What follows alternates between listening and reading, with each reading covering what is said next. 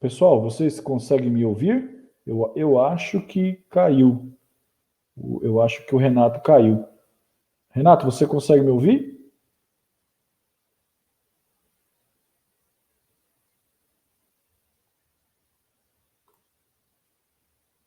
Pessoal, vocês conseguem me ver e ouvir?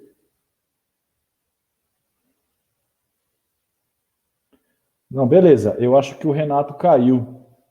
Vou tentar falar com ele aqui, só um minutinho.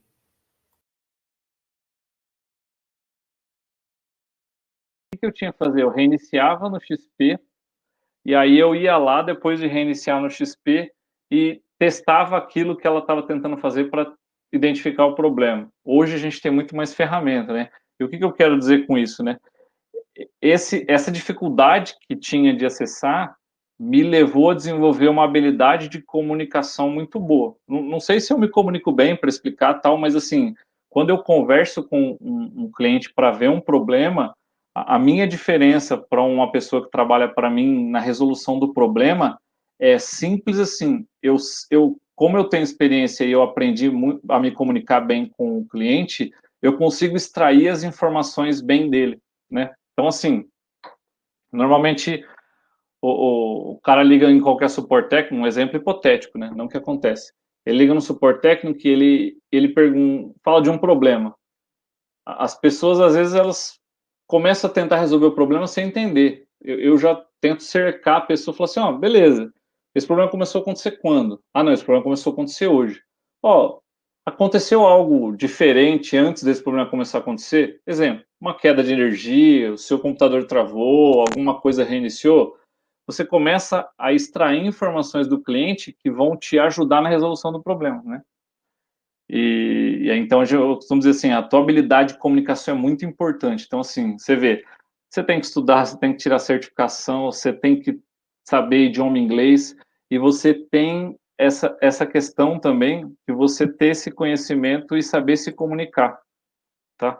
Então, a comunicação é muito importante. Ah, mas como que eu desenvolvo a minha comunicação, né?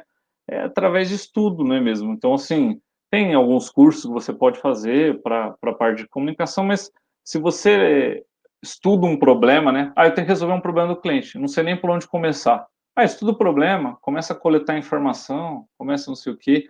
Na área de tecnologia, se você tem uma ideia, é, eu costumo falar assim, ó, formatação não é remédio, né? Mas assim, como as pessoas aprenderam a formatar computador de forma muito rápida e de forma simples, tudo é formatar.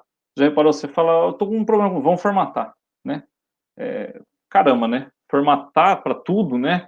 Então assim, mas vamos ver o que é o problema, sabe? Às vezes acontece uma preguiça, é mais rápido formatar. Formata aqui em uma hora está resolvido o problema, entendeu?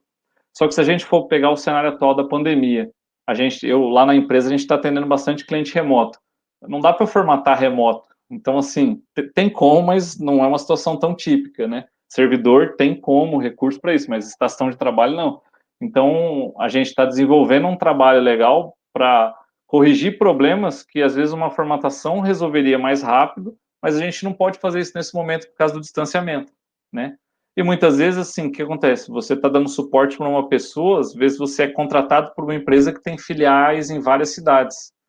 E essas filiais, você vai ter que trabalhar remoto, você não vai poder. Ah, peraí, eu vou aí formatar 50, 100, 300 quilômetros adiante, entendeu?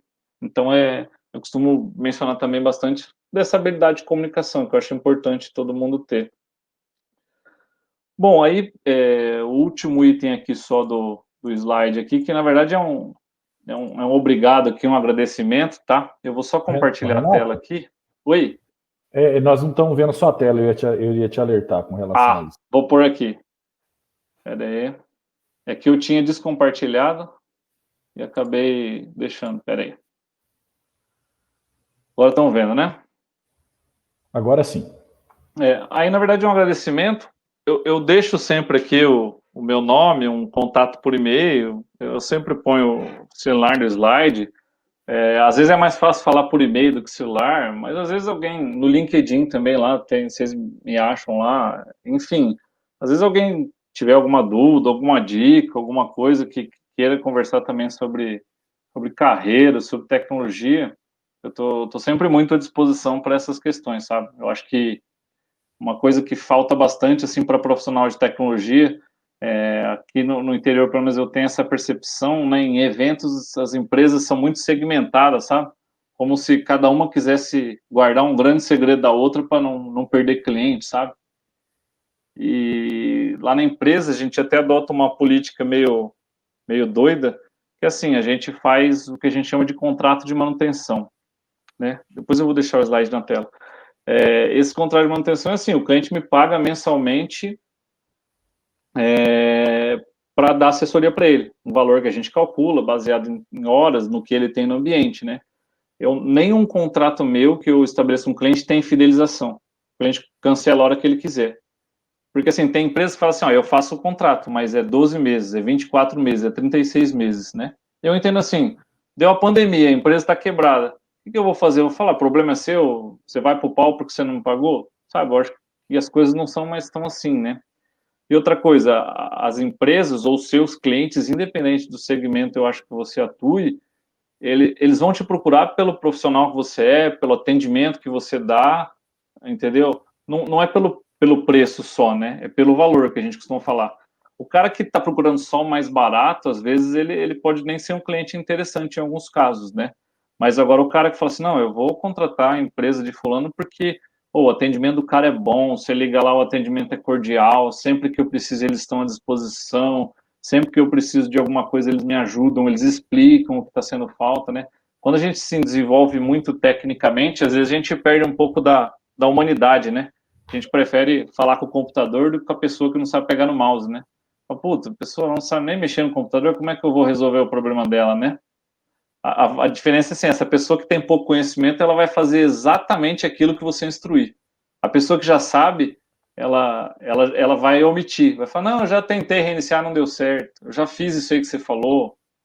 Então, assim, tem essas questões todas. Na verdade, é isso aí, né? Foi bate-papo até que eu demorei um pouquinho, falo bastante, né? E eu queria abrir para perguntas, quem tiver, como fica à vontade aí para a gente conversar. Eu vi que alguém colocou aqui que já enviei convite de conexão no LinkedIn, daqui a pouco eu acesso lá, aceito todo mundo, fica tranquilo. Maravilha, Renato. Tem o Adriano Rodrigues, Ah, ele tá. fez uma pergunta lá no começo, e eu acho que a gente acabou passando Pode aqui, mas ser, eu vou faz ler ela para favor. você, tá? Tá. Ele fala assim: ó, boa noite. Esses valores, no caso, Sim. aquela tabela salarial que você disse, se faz real na situação atual? Aí ele comenta, né? Acabei de voltar de São José do Rio Preto e me deparei com esta realidade aqui em São Paulo. Tá. O que acontece? Sempre quando tem uma crise, independente de econômica, pandemia que a gente está vivendo, sempre tem mudança, né? Então eu acredito assim, pode ser que nesse momento os valores não estejam, né? Esses valores são projeções para o ano de 2020 e tal. Os valores variam muito de empresa para empresa, tá? E existem também, assim, casos e casos, né? A gente sabe que, pô, mas eu sou técnico em informática e a empresa me ofereceu R$ 1.200. Eu vou dar um exemplo básico. Quando a empresa é do segmento de informática, por uma questão de enquadramento, ela não pode pagar menos do que R$ 1.800, mais ou menos. É 1.700 e uns quebrados e tal. Isso é uma questão de legislação. O que acontece quando a pessoa, mas então peraí, eu vou quebrar o pau na empresa que eu não estou ganhando isso. Na verdade, o que acontece? A empresa, ela te enquadra diferente. Aí você vai ver o teu registro, você está como auxiliar técnico, você está com outra função. Em termos legais, isso não pode ser feito. Em termos legais, o que acontece? É desvio de função, cabe processo, mas essa questão trabalhista é sempre complicada, né? Então, assim, eu acho que é jogar limpo, sabe? Assim, é falar assim, eu tenho o certificado de habilitação técnica aqui, fiz no Instituto Federal, tenho uma graduação tal, sabe? Tem um enquadramento, as empresas devem seguir, mas a gente entende que nem toda segue essa questão. Aí, assim, eu acredito que os valores de salário estão um pouco mais baixos em relação à pandemia, mas com relação à contratação, aqui em Rio Preto está tendo contratação mesmo nesse período, tá? Então está tendo contratação. Existem outros casos também que, assim, às vezes tem as empresas que têm o estagiário eterno, né? Ela tem um estagiário, acabou o estágio, manda embora, pega outro estagiário, acabou o estágio, manda outro estagiário. Assim, só para se entender legalmente, que são coisas que eu fui aprendendo quando eu fui ter empresa. Legalmente, a lei do estágio, né, que a gente fala, ela fala o quê? A empresa que tem até 5 funcionários, ela só pode ter um estagiário. Isso é lei, tá? Então, assim, se você vê uma empresa que tem o dono e 5 estagiários, já está errado. Não existe isso aí, tá? Não existe legalmente essa condição. Quando a empresa tem acima de 5 funcionários, o que acontece? Para cada funcionário que ela tem, ela pode ter um estagiário, porque ela já é uma empresa de um porte maior. Então, normalmente, empresas de porte maior costumam ter um volume maior de estagiário e isso é legal. Empresas de porte menor não podem ter tantos, né, estagiários. Mas o que eu sempre penso sobre estágio, que nem é, todos os funcionários que eu tenho vieram provenientes de estágio. Sempre o objetivo no final do estágio é contratar, a não ser que algo aconteça que a pessoa não tenha o conhecimento necessário para a vaga e tal, né? Eu acho que tem que jogar limpo. Mas com relação a cargo, por exemplo, vou dar um exemplo de valores que eu acho que é legal. Tem um provedor que eu estava prestando serviço, ele estava contratando analista de suporte técnico, o valor inicial era 2.700. Então, assim, para técnico com conhecimento de rede, não de campo, de instalação, conhecimento para diagnóstico, para poder dar suporte, né, que a gente fala. Então, assim, mas ele é uma empresa um pouquinho maior, eu não sei quantos funcionários ela vai ter, mas ela deve ter mais de 50. Então, assim, é um porte maior, eles pagam. Numa empresa que nem, eu consegui uma vaga numa assistência técnica de informática que tem 4 funcionários, tem 4 pessoas que trabalham lá. Naturalmente, os salários dessas empresas vão ser menores. Eles, às vezes, têm um poder aquisitivo menor para poder pagar menos, né? Mas, legalmente, os valores têm uma O... tabela, né? Vamos dizer assim. Maravilha, Renato. Tem uma pergunta aqui do nosso professor, o João Paulo. Ele está perguntando qual a certificação você considera Tá. mais importante para quem quer começar. Predominantemente, aí, o pessoal que estuda é técnico ou é graduação? Os dois. Tá. Nós temos os dois, né? Nós temos o pessoal do Tá. técnico e o pessoal da Para graduação. técnico, indiscutivelmente, é uma que chama CompTIA. Tá? Eu vou escrever aqui no chat. CompTIA A+, chama. Tá? É uma certificação de hardware. Para se ter uma ideia, existe um curso preparatório da Cisco que chama Cisco IT Essentials. Vou até anotar aqui. Se eu não me engano, esse Cisco IT Essentials, ele é oferecido, não sei se Fundação Bradesco, alguma dessas instituições de forma gratuita. É um curso da Cisco para hardware, manutenção, mas ele fala desde a descarga eletrostática, do básico até tudo. Ele tem uma preparação legal para essa competir a mais. Ele é uma certificação de hardware, né? Então, assim, isso vai aprofundar muito o teu conhecimento na parte técnica, né? Aí depois que você, por exemplo, para quem, vou trabalhar com suporte técnico, normalmente você começa dando suporte em estação de trabalho, né? Aí você fazer uma certificação de Windows 10, tá? Por incrível que pareça, você fala assim, pô, mas tá de sacanagem, você aprendeu Windows 10, eu já sei usar.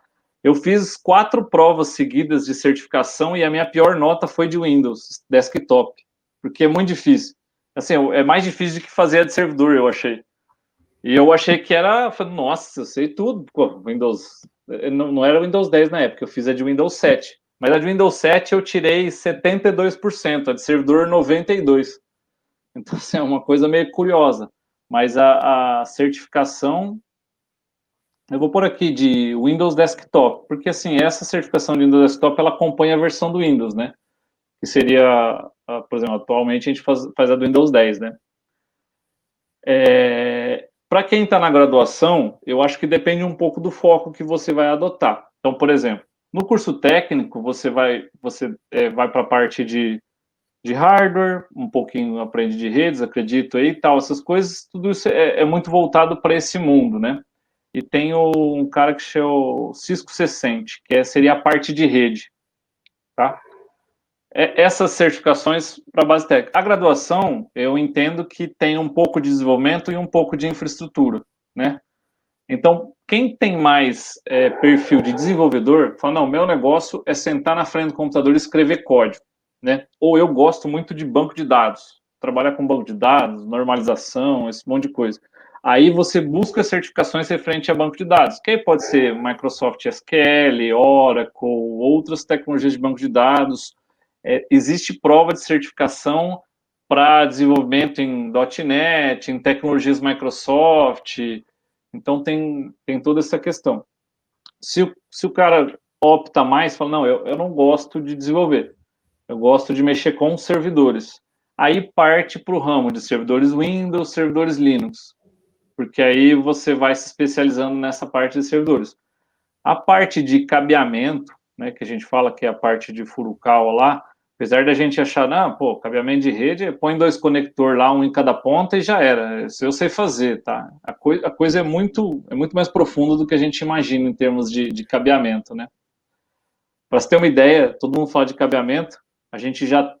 Existe categoria 8 de cabeamento. Pouca gente talvez tenha ouvido falar. Mas existe categoria 5E, 6, 6A, 7, 7A e 8.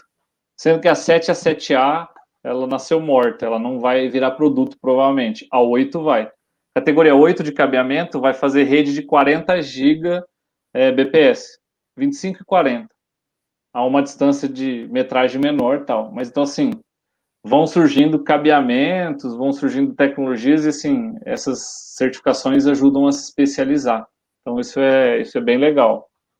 Então, eu acho que para quem trilha redes e servidores, partir para Linux, Windows Server, cabeamento. É importante. Hoje também, assim, na parte de Furukawa, tem curso de fibra ótica. Não que tem que ser deles, mas, assim, fibra ótica, ela já é muito comum a utilização de fibra ótica não só para provedor, né? Hoje, toda cidade, mesmo que pequena, ela tem algum provedor que entrega a sua internet em fibra ótica. Mas, por exemplo, eu estou trabalhando num projeto de um hospital que interliga os servidores por rede de fibra ótica, né? Então, assim, se eu não tiver um conhecimento mínimo, eu vou olhar aquilo lá e falar, vixe, sem nem conectar os cabos do negócio, sem nem que cabo vai, né? Então, assim, é uma coisa que você acaba... Eu mexo com o servidor, por que eu tenho que saber de fibra ótica, né? Então, na verdade, é porque tá interligado, né? Faz parte do processo. E data center também envolve muito fibra ótica. Então, por exemplo, aqui em Rio Preto não tem tantos, mas tem no mínimo 2 provedores que têm data center. Tem 3 agora, acho que vai ter um terceiro. Que esses data centers são o quê? Em vez do cara ter o servidor na empresa dele, ele coloca o servidor dentro do rack do data center e o provedor entrega uma fibra ótica até a empresa dele. O que ele ganha com isso? Ele não precisa se preocupar com a segurança física do servidor, alguém entrar, roubar, pegar fogo, tal. Tá tudo dentro do data center lá guardado. Ele paga um aluguel para usar um espaço lá do data center. Isso tem sido bem comum aqui, começou a ampliar. E outro detalhe que tem acontecido muito com a questão da pandemia é a parte de telefonia IP, né? Porque assim, todo mundo foi para casa e aí, como é que atende telefone, né? Então, assim, as empresas conseguem disponibilizar canal de comunicação seguro para o cara atender o ramal dele, na casa dele, tudo isso. Então, tem surgido muito projeto nessa questão também. Aí, se tiver mais alguma pergunta que eu pulei, vocês vão falando, tá? Porque às vezes... O Renato, Claro. eu tenho uma pergunta, é uma pergunta pessoal, né? Você disse lá no começo, né, que você é oriundo da área de infraestrutura, né, de redes, propriamente dita, e eu também sou oriundo dessa área, né? Então eu comecei a minha carreira aí basicamente, logo já passei de técnico para analista de redes e telecom, né? Inclusive eu trabalhei como analista de redes e telecom na faculdade que eu me formei, em Barretos. E o que eu percebo hoje como docente da área de TI? Que se forma muito hoje, o foco hoje é desenvolvimento. Né? Se forma muito desenvolvedor. E a gente sabe, para que tudo isso aconteça, tem os caras lá da infraestrutura, que fazem o background ali da coisa para a coisa funcionar. E isso acaba sendo transparente, né? Para quem desenvolve, né? E o que eu percebo? Né? Isso é uma percepção minha, aí vem a minha pergunta, né? Você que está na área de infraestrutura, vê esse mercado mais de perto. A falta de profissional certificado eu não falo nem ou que há capacitado falta, na área de infraestrutura? Eu falo que não tem, tá? Porque assim, o que acontece? Sempre que o pessoal pede indicação, leva um certo tempo para conseguir. O que está acontecendo? As empresas elas estão contratando o cara não estando pronto e preparando ele lá dentro. Porque assim, se você falar assim, ó, eu preciso de um profissional que tenha certificação CCNA para contratar, você consegue para quando? Não, você não consegue. Não tem. Não tem. Esse cara ou está empregado, você vai ter que brigar com outra empresa para tirar ele de lá. Brigar sim, que eu falo. Vai ter que oferecer coisas, benefícios melhores, entendeu? E para que o cara saia de lá. Então é bem difícil contratar profissional de infraestrutura. E na verdade, assim, eu acho que por causa da questão da mobilidade, né? Porque antigamente era computador, né? Agora, por exemplo, todo mundo tem celular, né? A gente brinca, fala, o cara tirou uma selfie lá, não rebocou a parede, mas ele tem um iPhone, né? É uma brincadeira, mas assim, como a mobilidade, todo mundo tem celular, que nem assim, o WhatsApp escolheu o Brasil para fazer o piloto lá de negócio do sistema de pagamento deles, porque o Brasil, 99% dos aparelhos celulares tem WhatsApp. Não é porque o Brasil é legal, tá entendendo? É o local que mais tem aderência do WhatsApp. É Brasil e tem outras, não, que são os principais. Então, o que acontece? Com essa questão de mobilidade, houve muita necessidade de desenvolvedor. Muita gente acabou optando por ir para a área de desenvolvimento, que é programar, desenvolver aplicação, trabalhar com banco de dados, e a área de infraestrutura ela ficou defasada, né? Só que a área de infraestrutura ela está em expansão, porque igual você falou, antes de chegar na aplicação, teve um servidor, teve uma máquina virtual, teve um cabo de rede, teve um data center, teve um link de internet. Então, assim, são áreas totalmente dependentes. Não é bom para nenhum dos dois lados, né? Um apagão ou uma falta de profissionais, né? Por isso que, assim, eu sempre incentivo muito, né? Tem gente que pensa assim, ah, mas essa infraestrutura não vai acabar, tem esses negócios aí que você não precisa mais de servidor, você publica lá na Amazon, não sei o quê. Só que esses data centers estão crescendo. Uma prova viva é que o cara contratou, o cara falou no meu que é brasileiro para trabalhar na AWS, por quê? Porque está faltando gente para operar o data center, para trabalhar lá, entendeu?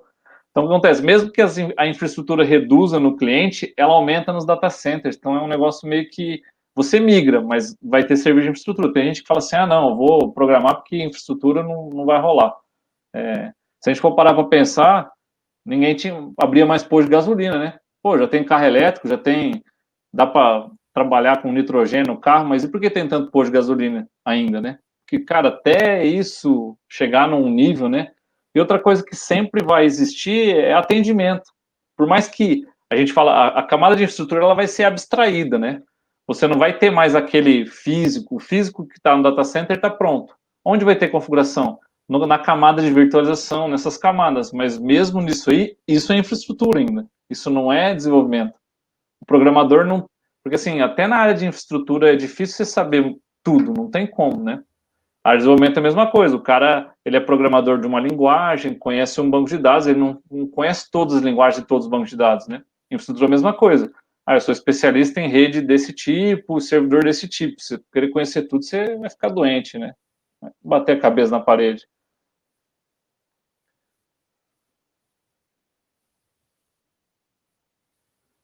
É aquilo que a gente estava comentando, né? Quem trabalha na parte de infraestrutura, se tudo. A gente brincava lá na Unifeb, né? É que assim, o cara da infra ele só é lembrado quando para tudo, né? Aí nós somos lembrados, né? Mas, de um modo geral, a infraestrutura ela é transparente, né? Essa reunião, por exemplo, que nós estamos fazendo está em cima de uma plataforma que está na internet. Então, teve um cara lá que passou a fibra no poste, que levou essa fibra até o provedor, que conectorizou essa fibra, né, que configurou os roteadores lá, né, os firewalls do provedor. E uma área também Só que isso para nós que não tem como encolher, transparente, tem né? cara, tô com medo de investir em infraestrutura, é a parte de segurança da informação. O que aconteceu? Todo mundo está trabalhando em home office, só que a quantidade de incidentes de segurança com ransomware, vírus, aumentou muito, porque na casa do cara ele não tem o mesmo nível de proteção que ele tem na empresa.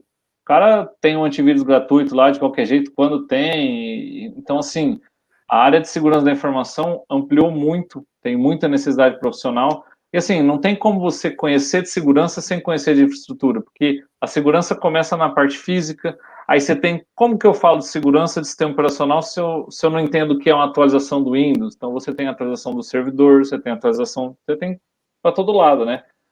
Então é cada vez mais assim, a parte é necessária. A segurança, eu até esqueci de comentar isso, mas, por exemplo, a gente aqui no Brasil está atrasado em relação a isso, mas tem a LGPD, que é a Lei Geral de Proteção de Dados, né? E era para ela entrar em vigor, na verdade, em agosto desse ano, né?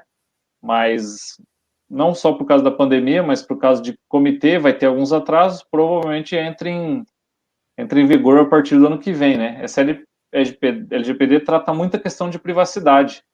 O como você armazena os dados, por que você armazena e qual a finalidade, porque hoje, literalmente, é meio a farra, né? Que negócio, né? Você pesquisou por uma coisa, que você começa a receber propaganda, a privacidade ela é muito explorada para você ganhar benefícios, né? Que nem, nossa, o Google é bonzinho, dá Gmail de grátis para todo mundo. Não tem comida grátis, né? Alguma informação ele retém de você que vai ajudar a direcionar propaganda. É explícito, está escrito no contrato deles, né? Só que as coisas com essas leis, elas começam a mudar um pouco. E tem cara que fala, mas no Brasil isso não vai acontecer, essas leis, elas não têm barreiras. Você vai trabalhar para uma multinacional que é da Europa, você vai ter que ter conhecimento de segurança e privacidade de dados para isso, né? Então, é um caminho sem volta, né? E segurança da informação, ela tá mais relacionada à infraestrutura do que a desenvolvimento. Existe a parte de desenvolvimento, DevOps, que a gente chama de DevOpsSec agora, que é o caminho de programação segura, mas o programador vai ter que programar de forma segura, por exemplo, de forma que ele não exponha uma senha do banco de dados de forma sem criptografia, mas, por exemplo, ele está mais distante do que o CardInfra, porque o CardInfra ele conhece da infraestrutura básica, da parte física, ele conhece da parte lógica de servidores e ele conhece a camada de virtualização. Ele está mais perto da camada de segurança do que o programador. Então, tem serviço, cara. Muito.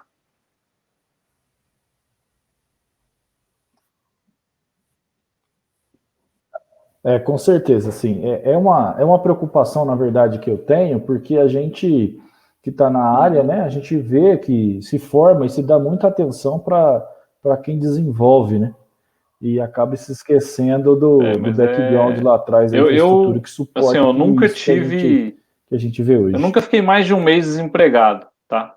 E a vez que eu fiquei foi meio assim, eu parei de trabalhar e eu falei, não, eu trabalhei em algumas empresas que eu não tinha registro, de forma terceirizada, e teve vezes eu falo assim, eu vou ficar um mês também, deixa eu dar uma segurada, né? Mas não durava um mês, sabe? Que aí o pessoal, o Renato tá parado, não sei o quê, um indica, o outro indica, e você acaba indo para os lugares e fazer assim. Aí você fala assim, mas claro que assim, para que isso acontecesse, eu investi tempo e estudo na carreira de certificação. Eu não sei quantas, porque esse ano de 2019 eu dei uma diminuída, mas a última vez que eu contei eu tinha 23 certificações, né? Entre VMware, Windows, Linux, Furukawa, esse tipo de coisa. Não que tem que ter tudo isso, né? Isso não é uma métrica de sucesso. Mas assim, conforme você vai trilhando sua carreira, você vai selecionando aquelas mais importantes, que nem eu dei uma dica, mas depois se alguém tiver alguma dúvida, eu gosto mais da área tal, quiser depois perguntar, ou depois manda mensagem para mim, um caminho para iniciar, né? Mas aí você vai trilhando essa certificação, que nem a Amazon tem um programa de certificação gigante. Eu não vou sair fazendo certificação em fila, eu vou fazer daquilo que faz sentido para minha carreira. Minha carreira eu estou focando assim, estou aprendendo servidores e vou aprender segurança. Aí eu foco para poder tirar a certificação referente a isso.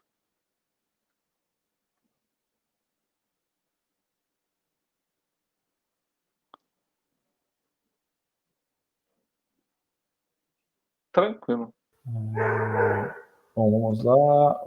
Bom, Renato, eu acho que é isso mesmo. Acho que você conseguiu responder a todas as perguntas, né? Inclusive a minha. E queria te agradecer aí mais uma vez, né, por ter aceitado, né, o nosso convite. por ter aí explanado, né, toda a sua experiência, compartilhado conosco toda a sua experiência, e com certeza foi de grande valia para nós e principalmente para os nossos alunos agora que estão no curso técnico e no curso superior, né? É uma luz aí para eles, né? Bom, eu acho que o Renato caiu. Bom, o Renato voltou. Vamos ver aqui se ele... Alô? Voltou? Deu uma... Voltou. Tá. Voltou, Renato. Aí um último recado, tá? Que eu costumo também dar, assim, o pessoal, principalmente que está estudando, está começando a carreira, né? Às vezes vê um caminho distante, ou até muita gente fala, não, mexe com isso aí não dá mais dinheiro, isso aí não é assim. Eu não vejo nada dessa forma, né? Não é que para mim deu certo, né? Para algumas pessoas pode se frustrar, mas assim, tem que ter paciência, é estudo, bunda, cadeira, livro, sabe? Sem se matar, procura aquilo que você gosta. A hora que você se encontrar naquilo que você gosta, né? O estudo fica mais tranquilo, né? É igual o livro, você não... Se você pega uma leitura que é agradável para você, você lê numa boa, passa rápido, acaba o livro. Se você está lendo algo que você não gosta, não vai rolar, né? Então eu acho que é caminho, mas também assim, eu estou aberto, eu agradeço muito aí o convite de vocês, tá? Estou sempre à disposição. Eu acho que assim, o mínimo que eu tenho que fazer pela comunidade, vamos dizer assim, é contribuir, né? Não tem caminho igual para todo mundo, né? Não estou dando nenhuma receita de bolo, mas se for necessário, alguém quiser uma informação, não dou essa informação com o maior prazer. Tá, joia. Valeu, Renato. Muito obrigado mais uma vez aí por ter aceito o nosso convite, tá? Agradecer a todos aí que puderam participar conosco, né? E até uma próxima. E já fica o convite aí para quinta-feira que vem, nós vamos ter o quarto webinar, né? Já deixo o convite aí de antemão para você, Renato. Beleza, participar sim. Tá, joia. Alô, obrigado, pessoal. Boa noite. Muito obrigado. Boa noite. Tchau, tchau. Tchau, tchau.